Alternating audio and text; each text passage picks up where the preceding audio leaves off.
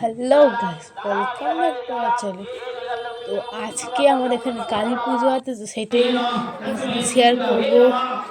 তো এই দেখো আমাদের এখানকার কালী ঠাকুর, তোমরাও দর্শন করে নাও।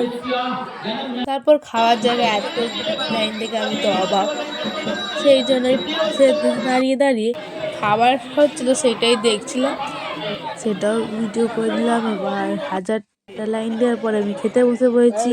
গরম গরম খিচুড়ি, সেটাই তাড়াতাড়ি করে খেতে হবে কারণ পেছনেও অনেক লাইন পড়ে আছে। তো চলো তাড়াতাড়ি খেয়ে নিই। এরপর আমরা ঘরের পথে রওনা দিলাম।